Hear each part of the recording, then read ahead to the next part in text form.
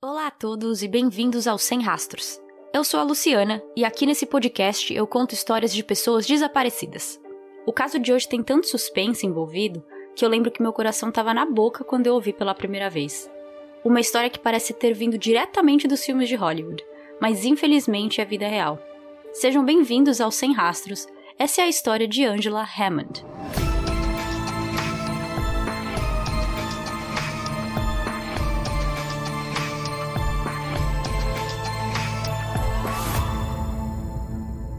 Sentada na arquibancada de seu colégio, Angela Marie Hammond observava seu namorado Rob jogar futebol americano com um sorriso no rosto. Andy, como sua família e amigos a chamavam, se mudou do Kansas para a pequena cidade de Clinton, no estado de Missouri, quando era criança. Sua mãe teve medo de que ela não gostasse de crescer em Clinton, por não ter muita coisa. Afinal, era uma cidade com apenas 9.000 habitantes na época. Mas ela não esperava que sua pequena Andy se tornaria uma mulher super sociável que fez daquela cidade seu mundo inteiro. Em 1990, agora com 20 anos, Andy conheceu e começou a namorar com Robert Schaefer e viu que estava certa em ter ficado na pequena cidade de Clinton. Um ano mais novo que ela, Robert era um atleta no colégio. Ele era bonito e popular e, para completar, tinha uma personalidade cativante, tanto que cativou a Andy e os dois rapidamente estavam apaixonados, naquela fase de lua de mel onde tudo o que você quer é ver a pessoa o dia inteiro, todos os dias. Em janeiro de 1991, se aproximando do aniversário de 1 ano de namoro, Andy descobriu que estava grávida. Mesmo sendo novos, os dois já falavam de um futuro juntos e ela viu um filho mais como uma bênção do que um peso. Ambos eram maduros e responsáveis. Rob tinha acabado de terminar o colegial e estava determinado a entrar para o exército, e Andy ia para a faculdade de manhã e trabalhava em um banco à noite. Ela então contou a novidade para Rob, que ficou muito feliz e decidiu presenteá-la com um anel de diamantes, oficializando a união dos dois. O próximo passo mais lógico era morarem juntos, para que eles pudessem se preparar para a chegada do bebê. Eles rapidamente encontraram um trailer para alugar e se mudaram. No dia 4 de abril de 1991, Andy e Rob foram juntos num churrasco da família da Andy, onde ficaram até umas 9 e pouco da noite. Eles vão embora e Andy deixa Rob na casa dos pais dele. Rob tinha combinado com seus pais de ser babá do irmão mais novo naquela noite, para que os pais pudessem sair. Andy deu um beijo e disse que ligaria para ele mais tarde para que voltassem a se encontrar. Nesse meio tempo, Andy saiu com uma amiga pelo centro da cidade e depois, como combinado, a ideia era se encontrar com Rob de novo. Mas já eram mais de 11 horas da noite e Andy estava cansada. Às 11h15, depois de deixar sua amiga de volta na casa dela, Andy parou o carro em um mercado para ligar para Rob, pois no estacionamento desse mercado tinham 2 orelhões. Lembrando que o ano era 1991, celulares mal existiam e Andy e Rob não tinham um. Esse mercado ficava a cerca de 7 quarteirões de distância da casa dos pais de Rob, onde ele estava naquele momento cuidando do irmão de 10 anos. Aqui, provavelmente, vão aparecer 2 questionamentos, que eu pelo menos tive. O primeiro é o porquê ela não voltou para o trailer onde os dois moravam juntos e ligou para Rob de lá. Mas eu pesquisei um pouco mais e descobri que eles não tinham celular e nem telefone fixo. O segundo questionamento é, já que o mercado era só a alguns quarteirões de distância de onde Rob estava, por que ela simplesmente não foi até lá e deu a notícia pessoalmente? Como vocês vão ouvir, é óbvio que se isso tivesse acontecido, eu não estaria aqui contando essa história. Porém, para essa pergunta não existe uma resposta. Pode ser que ela não quisesse perturbar Rob enquanto cuidava do irmão. Também pode ser que ela não viu perigo ou problema nenhum em parar em um orelhão à noite. Algo muito comum nos anos 90. Às 11h23 da noite, Rob atende a chamada de Andy, onde ela explica que está cansada e não quer mais sair. Assim como qualquer casal super apaixonado, o telefonema que era apenas para dizer que iria para casa se tornou mais longo e eles ficaram conversando por um tempo. Até que ela comenta com ele sobre uma caminhonete que passou algumas vezes por ela, provavelmente rodando o quarteirão. Rob a acalma e diz que o motorista provavelmente está perdido. Eles continuam conversando normalmente e a caminhonete aparece de novo e estaciona do lado do carro dela, que estava bem em frente ao orelhão. E eu tô chamando de orelhão, mas do jeito que a gente conhece é só no Brasil mesmo. Nos Estados Unidos é que nem na Inglaterra, tem aquelas cabines telefônicas com porta e tudo. Agora com medo, Andy não só avisa para Rob que a caminhonete está perto dela, como ela também descreve o motorista e o veículo para ele. Ela diz que o cara era branco, entre 20 e 30 anos, e parecia estar sujo. Ele tinha bigode, barba, cabelos na altura do pescoço, óculos e estava usando um macacão. A caminhonete era um modelo velho dos anos 70 e com cara de acabada, na cor verde e com um desenho que cobria todo o vidro traseiro de um peixe pulando para fora de um aquário. Rob continua conversando com ela e perguntando o que estava acontecendo. Ela explica que esse homem usou rapidamente o telefone ao lado do dela e voltou para o veículo para procurar algo com uma lanterna. Rob, então, pede para Andy perguntar para o moço se ele precisava usar o telefone, pois já que ele saiu rápido da outra cabine, Rob pensou que pudesse estar quebrado. Andy abre a portinha e Rob consegue ouvir de longe ela perguntando e o cara dizendo não, obrigado. Ela volta para dentro da cabine, fecha a porta e vira de costas, ficando de frente para o telefone. Em seguida, Rob ouve um grito do outro lado da linha e o som do telefone caindo. Antes mesmo de conseguir entender o que estava acontecendo, ele ouve o homem dizer: "Eu não precisava usar telefone nenhum." Rob chama por Andy, mas sem resposta sai correndo de casa, nem coloca o telefone de volta no gancho. Ele entra no carro e começa a dirigir em direção à cabine telefônica, mas no meio do caminho, ele vê uma caminhonete igual a que Andy descreveu, indo na direção oposta, e logo os dois veículos iam se cruzar. Quando chegou mais perto, Rob consegue ver um homem e uma mulher. A mulher se debruça sobre o motorista e grita, "Robbie!", no qual Rob consegue ouvir claramente, pois a janela do motorista estava aberta. Era Andy gritando. Rob freia o carro, dá ré, vira na outra direção e começa a seguir o veículo. A perseguição acontece por quase 2 quilômetros. Rob está chegando bem perto, tentando absorver todos os detalhes do veículo naquele momento. A caminhonete então faz uma curva e quando Rob vai fazer a curva, o carro dele morre. O que aconteceu é que alguns minutos antes, quando ele deu ré, ele foi muito violento a mudar de marcha e isso danificou a transmissão do carro. Quando Rob foi tentar fazer a curva, o carro dele não aguentou e morreu. Nesse momento, Rob vê a luz da caminhonete ficando cada vez mais longe. Com a adrenalina ainda alta, ele começa a correr atrás dela, mas logo parou, sabendo que não é possível correr com suas próprias pernas atrás de um carro. Rob consegue sinalizar outro carro que passava e pede para a motorista seguir a caminhonete, mas a moça se recusa e diz que se ele quiser, ela pode levá-lo na delegacia. Ele aceita, ambos chegam lá à meia-noite e contam toda a história do que acabou de acontecer para os detetives. A moça que deu carona para Rob também foi questionada, pois mais cedo, naquele dia, ela tinha passado pela rua do mercado e disse que viu a caminhonete do suspeito estacionada ao lado do carro de Andy. Já Rob contou tudo o que Andy falou pelo telefone e depois sua própria experiência. Alguns dias depois, outras 2 mulheres que moravam perto relataram ter visto Angela no orelhão naquela noite de quinta-feira, perto de uma caminhonete da Ford, e até descreveram o desenho do peixe no aquário. Elas perceberam que tinham visto aquela mesma caminhonete 2 dias antes, dirigindo devagar em uma rodovia ali perto.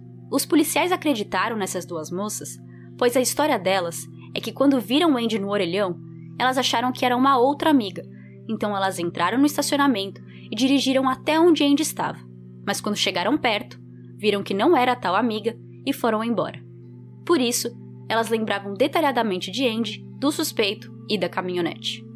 Um retrato falado foi feito com base nas descrições de Andy, Rob e testemunhas, mas por algum motivo, o retrato era de um homem sem barba. Eu não achei explicações e ainda não entendo o porquê eles tiraram uma parte importante da aparência física do suspeito. Faria sentido se eles divulgassem 2 retratos falados, um com barba e outro sem, caso o suspeito mudasse de aparência após o sequestro, mas não achei nenhuma informação que suportasse essa minha tese. Também juntando o depoimento de Rob, da motorista e das 2 moças, os investigadores fizeram uma descrição detalhada do veículo. Era uma caminhonete da Ford, provavelmente no modelo F-150 do começo dos anos 70. O teto era branco, a metade de cima da caminhonete era pintada de verde claro e a metade de baixo de verde escuro, com as cores separadas por uma linha prata. A parte da frente, perto do motorista, aparentava estar amassada. como se tivesse estado em um acidente. Uma das testemunhas disse que a placa possivelmente continha as letras XY, mas o resto estava tampado por sujeira e poeira. E por último, o detalhe mais único e lembrado por todos, o tal do vidro traseiro que tinha o desenho do peixe pulando do aquário. Com tantos detalhes sobre o veículo, principalmente o desenho, a polícia achou que seria facinho achar a caminhonete e seu dono. Eles colocaram as informações em um banco de dados e a polícia teve mais de 1.600 carros que batiam com a descrição, o que é muito carro.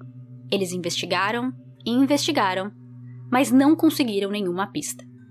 No final dessa busca, policiais disseram que o motivo para não terem encontrado nada podia ser que a caminhonete não fosse de Missouri, pois o banco de dados era apenas para veículos dentro do estado de Missouri. Outra possibilidade é de que a caminhonete teria sido pintada, vendida ou até mesmo destruída em algum ferro velho. Eu imagino também que eles não conseguiram colocar certos detalhes nesse sistema, como o desenho do peixe ou o amassado na parte frontal, e sim apenas o básico, como modelo e cor. Enquanto alguns detetives procuravam pelo veículo, outros começaram a olhar para Rob como suspeito. Até aí chega a ser padrão isso acontecer, já que é fato que muitos homicídios, principalmente de mulheres, costumam ser por um parceiro como namorado ou marido. O próprio pai da Angela chegou a dizer que não conseguia acreditar que o carro de Rob quebraria num momento tão drástico. Os detetives concordaram e no dia 11 de abril, eles questionaram Rob por 5 horas e pediram para ele fazer teste de polígrafo e teste de estresse por voz. Deixa eu explicar rapidamente o que são esses dois testes. O teste de polígrafo é o famoso detector de mentiras. Seu trabalho é registrar alterações nas reações das pessoas, enquanto interrogada e conectada aos fios. Os tipos de perguntas mais usadas são as perguntas diretas, que dá para responder com sim ou não, e o polígrafo costuma detectar 3 tipos de alterações: respiração, suor e pressão sanguínea. Ele foi criado há 100 anos, em 1921, e até hoje, seus resultados não são admissíveis em julgamentos e o teste não é visto como confiável. Existem 2 problemas principais com o polígrafo. O primeiro é o do porquê o teste em si não é confiável. O teste mede o quão nervosa a pessoa tá. Se for alguém que tem facilidade em mentir, ela pode facilmente passar no teste. Isso me lembra muito um caso de Forensic Files, onde uma moça foi assassinada e resolveram fazer o teste de polígrafo com um vizinho, logo no início da investigação. Ele passou e foi eliminado como suspeito. Depois, com mais provas aparecendo, foi comprovado que aquele vizinho era o assassino. Então a gente vê o porquê não é bom que a polícia confie tanto no polígrafo, pois se a pessoa passa, eles costumam tirar da lista de suspeitos, mas se não passa, eles focam toda a investigação naquela pessoa, que muitas vezes simplesmente não passou porque estava nervosa. O segundo problema é algo que eu descobri há pouco tempo e fiquei chocada. Existem empresas que falsificam testes de polígrafos. Mas a parte chocante mesmo é que não é ilegal. A maioria dos clientes desse tipo de empresa são pessoas que querem mentir sobre infidelidade, problemas matrimoniais, entre outros. Mas existem histórias de pessoas que fizeram isso para casos mais sérios, como homicídios. Quando você está sendo questionado pela polícia e eles pedem para você fazer um teste de polígrafo, é perfeitamente normal e aceito que você diga: ok, mas eu não quero fazer o teste com vocês, eu vou fazer numa empresa privada. E eu quero deixar bem claro que existem sim empresas que fazem testes de polígrafo sérios e confiáveis. Mas infelizmente também existem essas que falsificam. Já o teste de estresse de voz é autoexplicativo. É uma tecnologia pseudocientífica onde a voz da pessoa é gravada num microfone e essa tecnologia vê a frequência não verbal da voz para detectar picos de estresse. Esse teste não é tão usado ou tão conhecido como o polígrafo, mas sua reputação no mundo policial e investigativo é a mesma, onde não se tem muitos estudos comprovando sua eficácia, e na página da Wikipedia em inglês, que explica sobre esse teste, tem um parágrafo que fala sobre um homem que foi condenado por homicídio após não passar no teste de estresse por voz, e anos depois ele foi solto porque descobriram que ele era inocente pelo DNA. Resumindo, ambos testes têm como objetivo detectar estresse e nervosismo na pessoa interrogada, e ambos não são vistos como testes confiáveis e não são admissíveis como prova em um possível julgamento. Serve no máximo para a polícia focar ou não em um suspeito. De volta ao caso, O Rob aceitou fazer os testes e passou nos 2. Além de termos testemunhas confirmando a existência da caminhonete, de Rob ter passado no detector de mentiras, no teste de voz e ter sido interrogado várias vezes e sua história sempre ser a mesma, detetives também perceberam que Rob só teria em torno de 1 hora para matar Angela, se livrar de seu corpo e de qualquer evidência, tipo sangues ou digitais, e fazer uma cena, literalmente, fingindo que ela tinha sido sequestrada. E mesmo sendo muito estranho que o carro de Rob morreu na hora H, é totalmente possível um carro ter sua transmissão danificada quando se muda de marcha tão bruscamente. Com Rob sendo eliminado da lista de suspeitos, a mãe de Andy, Marcia, disse que entendia o porquê os policiais resolveram investigá-lo mais a fundo, mas que tinha certeza desde o início de que ele não estava envolvido no desaparecimento. Por ser uma cidade pequena e não terem recursos para uma investigação de alto nível, a polícia de Clinton chamou o FBI e juntos eles fecharam em um primeiro suspeito após o Rob, Bill Barker. Bill era um ex-namoradinho de Andy, eles namoraram quando ainda estavam na escola, e o rumor na cidade era de que o bebê que ela ia ter era dele. A fofoca chegou tão longe que começaram a falar que Andy e Bill juntos orquestraram a abdução dela, o que não faz nenhum sentido. Detetives interrogaram ele por 3 horas, fizeram polígrafo e também como Rob, passou e foi tirado da lista de suspeito. Os detetives então pensaram que o caso de Andy poderia estar relacionado a outros 2 casos recentes. Em janeiro do mesmo ano, em 1991, uma mulher de 42 anos chamada Trudy Darby estava trabalhando no seu turno da noite em uma loja de conveniência. Às 10 da noite, ela ligou para o seu filho para contar que tinha um homem do lado de fora e que ele estava parado lá um tempo, só olhando para dentro da loja de vez em quando. Ele não estava fazendo nada demais, mas também não se mexia, e isso a assustou. Ela pede para que o filho vá até a loja, acompanhar o final do turno dela, e ele rapidamente aceita e vai até lá. Quando ele chega, uns 10, 15 minutos depois, não tem ninguém na loja, dentro ou fora. Além de sua mãe e do homem misterioso não estarem mais lá, também estavam faltando $220 que ela costumava deixar no caixa para os funcionários que trabalhariam na manhã seguinte. 2 dias depois, o corpo de Trudy foi encontrado em um rio a 16 quilômetros de distância de seu trabalho. Ela estava nua e tinha sido assassinada com 2 tiros na parte de trás da cabeça. Um mês depois, em fevereiro, Cheryl Ann, de 30 anos, também estava saindo do seu trabalho às 10 da noite em uma loja de conveniência, quando desapareceu. Cheryl estava na loja com outro funcionário e um cliente. Ela disse para o outro funcionário ir embora, que ela esperaria o cliente sair e fecharia a loja. O cliente saiu, ela terminou de arrumar tudo e ligou o sistema de alarme às 10h15, trancou a porta e nunca mais foi vista. 2 pessoas na proximidade relataram ter ouvido gritos vindo da área da loja, lá pelas 10 e pouco da noite, que coincide com o horário que ela estava indo embora. Seu carro foi encontrado no estacionamento da loja no dia seguinte, e ao contrário de Trudy, Cheryl se encontra desaparecida até hoje. A conexão entre os crimes de Trudy e Cheryl não eram certeiros, mas com a Andy, eles analisaram a possibilidade de um serial killer estar agindo naquela área, já que os 3 crimes aconteceram em um período de 4 meses, praticamente seguidos, porque foi janeiro, fevereiro e abril.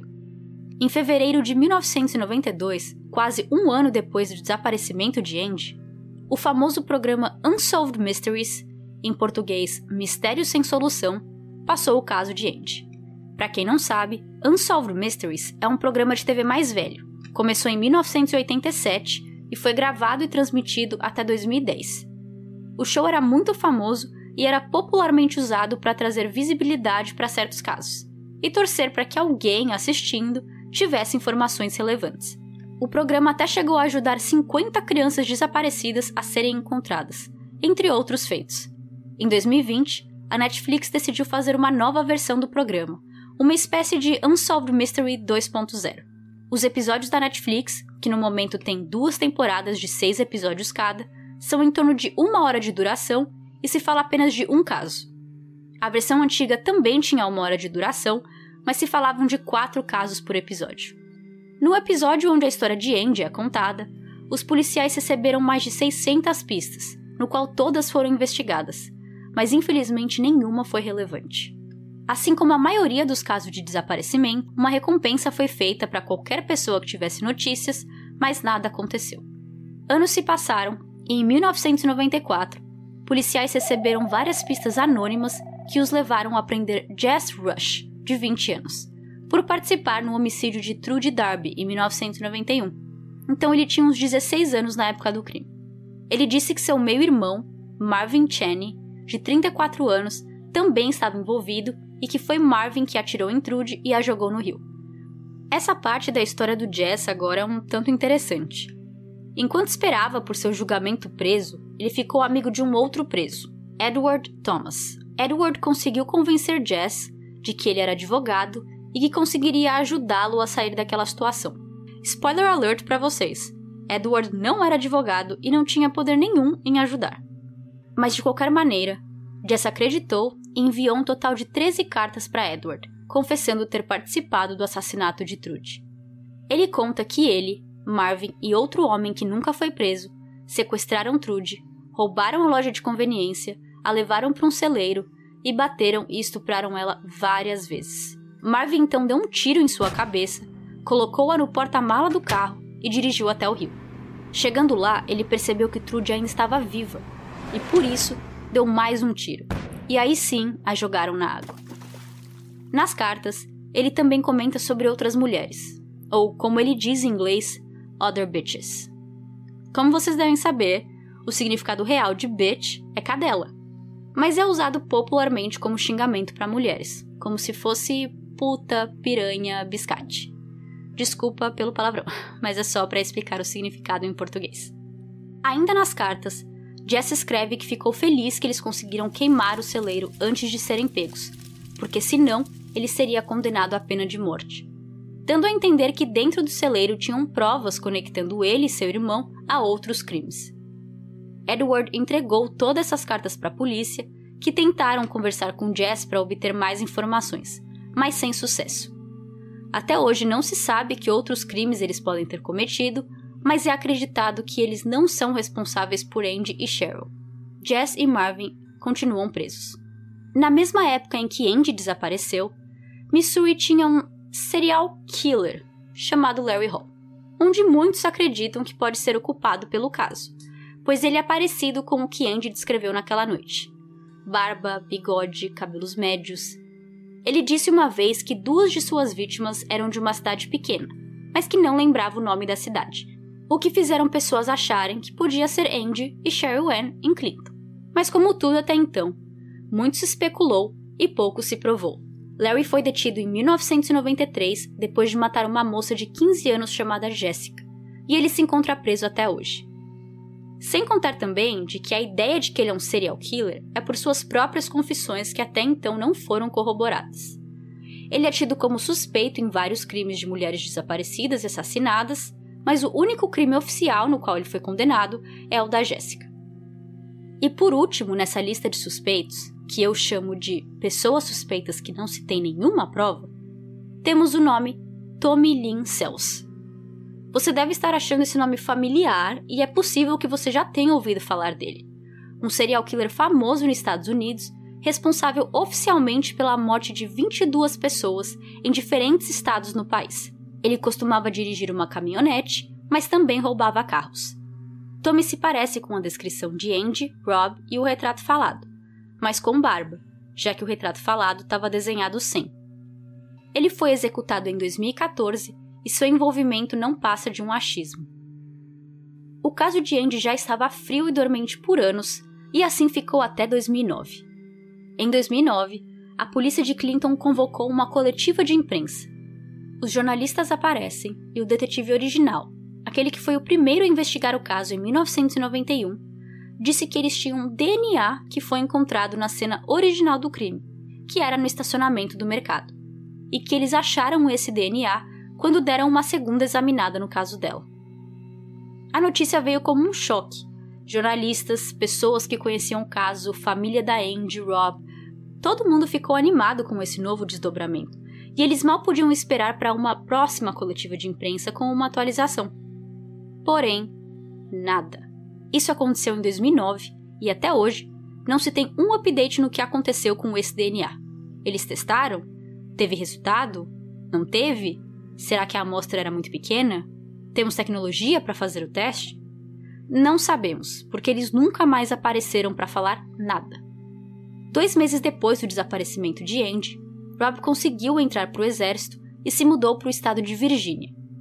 Hoje em dia, ele está com 50 anos de idade e tem filhos crescidos. Ele nunca parou de sentir culpa por tudo que aconteceu naquela noite. A mãe de Andy disse: "Ele tentou. Ele tentou fazer tudo o que podia. Ninguém o culpa, mas ele acha que as pessoas o culpam." Rob ainda mantém contato com a família de Andy, que ainda vivem em Clinton, na espera de um dia voltar a ver Andy e seu bebê, ou pelo menos alguma novidade sobre o caso dela. Quando foi vista pela última vez, Andy tinha 1,55 m de altura, pele branca, cabelos e olhos da cor marrom, usava lentes de contato e tinha uma pequena cicatriz na parte superior da boca. Ela estava usando uma camisa de botão branca, calças pretas e tênis branco. Se ela estivesse viva, ela teria 50 anos e seu filho ou filha, 29 anos.